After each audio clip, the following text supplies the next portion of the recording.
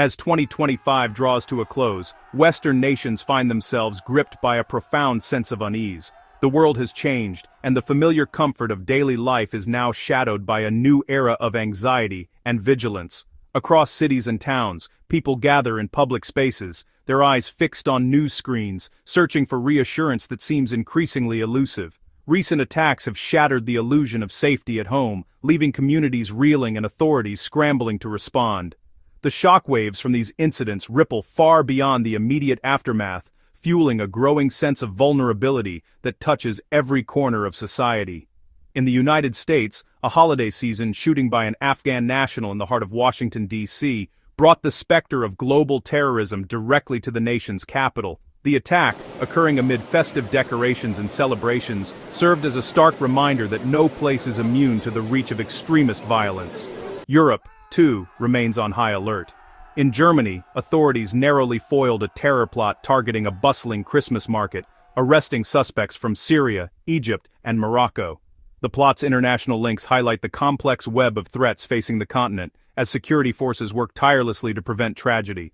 In France, the government took the unprecedented step of canceling its iconic New Year's Eve festivities in Paris, citing severe and credible security threats. The empty streets and silent celebrations were a powerful symbol of a nation forced to choose caution over tradition. Australia, once considered a safe haven, was not spared.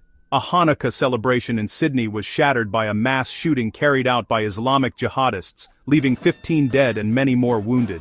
The attack sent shockwaves through the country, challenging long-held assumptions about security and community. These incidents, spanning continents and cultures, are increasingly seen as interconnected. Investigators now point to evidence of a global extremist network, one that transcends borders and threatens the very values that define Western societies. The sense of a coordinated threat has never felt more real. As a result, the conversation has shifted dramatically. No longer are these dangers viewed as distant wars or abstract threats.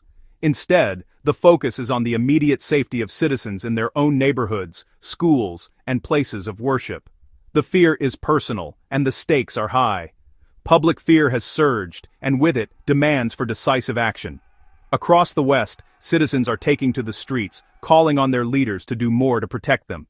The pressure on governments to respond swiftly and effectively has never been greater. Against this tense backdrop, President Donald Trump has enacted his most controversial move yet, the expansion of the U.S. travel ban. The policy, aimed at tightening borders and restricting entry from certain countries, has sparked fierce debate both at home and abroad. For some, the travel ban is a necessary response to an unprecedented threat, a way to restore order and security. For others, it is a troubling sign of a world growing more divided, where fear and suspicion threaten to erode the very freedoms that are meant to be protected. As Western societies grapple with these challenges, the stakes for both security and civil liberties have never felt higher. The choices made now will shape the future of global security and the balance between safety and freedom for years to come.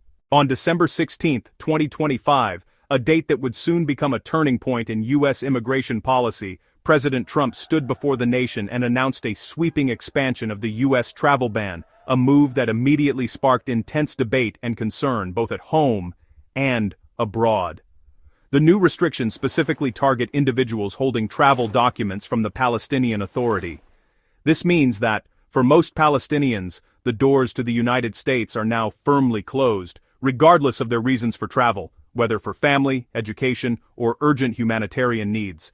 The ban doesn't stop there. It also extends to travelers from Syria, Burkina Faso, Mali, Niger, and South Sudan.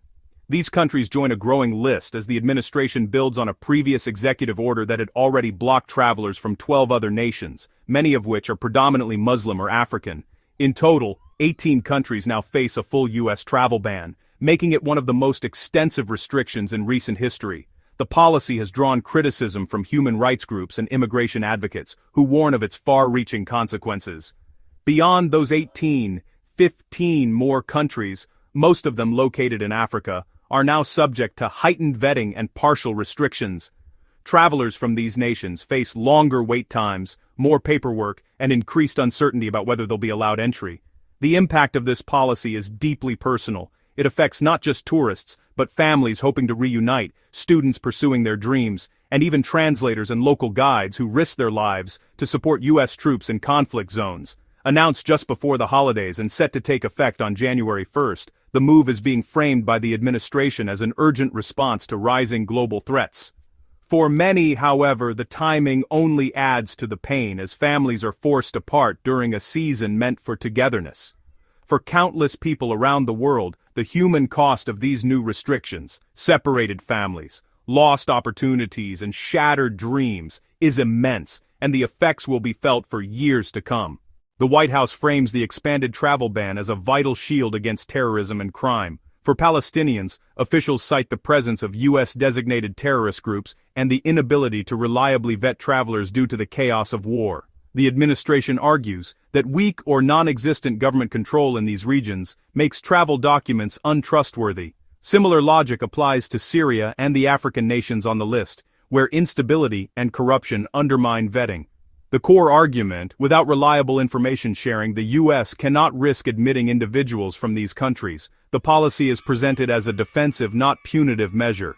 Critics, however, question whether blanket bans truly enhance security. Supporters hail the expanded travel ban as a bold step to protect Americans. They point to recent attacks as proof that tougher measures are needed, arguing that broken vetting systems in war-torn countries make proper screening impossible. For them, the risk of even one terrorist slipping through is unacceptable. The ban, they say, is about risk management, not prejudice. Many see it as a defense against not just violence, but the spread of extremist ideologies hostile to Western values. The surge in antisemitism and attacks on public celebrations are cited as evidence of a broader threat. To supporters, Trump's action is strong leadership in a time of crisis. Critics, including human rights groups and Democratic lawmakers, condemn the travel ban as discriminatory and unjust. They argue it punishes millions for the actions of a few, closing America's doors to the world's most vulnerable. For Palestinians and others fleeing war, the ban eliminates a vital path to safety and family reunification. Opponents say the existing vetting process is already rigorous, and that blanket bans are both ineffective and morally wrong. Some warn the policy could fuel anti-American sentiment and serve as a recruiting tool for extremists. They argue it damages America's global standing and betrays its humanitarian ideals. For supporters, Israel stands as a frontline defender of Western civilization. The October 2023 Hamas attack, killing over 1,000 Israelis, is seen as a warning of the dangers facing the West. Rising global antisemitism and violence against Jews are viewed as evidence that the conflict is ideological, not just territorial. The U.S. and Israel are cast as bulwarks against chaos, with Trump's travel ban seen as solidarity with Israel. Critics of appeasement draw parallels to the 1930s, warning that concessions only embolden extremists. The travel ban, in this view, is a stand for strength and security over naive diplomacy. The expanded travel ban is more than just a policy decision. It's become a flashpoint in a global debate that touches on security, national identity, and the values that define societies. Around the world, leaders and citizens alike are grappling with the implications as headlines and heated discussions fill newsrooms and living rooms. The controversy has sparked passionate arguments, not only about safety but about what kind of world we want to live in. Supporters of the ban argue that it's a necessary act of self-defense in an increasingly unpredictable and dangerous world. They see a direct connection between violence abroad and potential threats at home, believing that strong measures are needed to protect citizens and maintain order. For them, the travel ban is a shield against uncertainty and chaos. Critics, on the other hand, see the policy as a form of collective punishment that unfairly targets innocent people. They point to the heartbreak of families separated by borders and the pain of those denied opportunities or refuge. For many, the ban represents a betrayal of humanitarian ideals and a step away from compassion and global responsibility. Despite their differences, both sides agree on one thing: the stakes are incredibly high. The choices made today will have far-reaching consequences, shaping not only national policies, but also the global landscape for years to come. The world now faces a pivotal question. Will we choose fortified borders and suspicion, or will we embrace openness, cooperation, and trust between nations? The answer will define how we interact, travel, and connect in the future. There are no easy answers, only difficult trade-offs that require careful thought and empathy. Every decision comes with its own set of risks and rewards, and the path forward is anything but simple. Engaging with both perspectives, Listening to the fears and hopes on each side is essential to understanding the path forward. Only through honest dialogue can we hope to find common ground and solutions that reflect our shared humanity. Ultimately, the debate over the travel ban is about more than borders. It's a debate about the world we want to build together and the legacy we leave for future generations.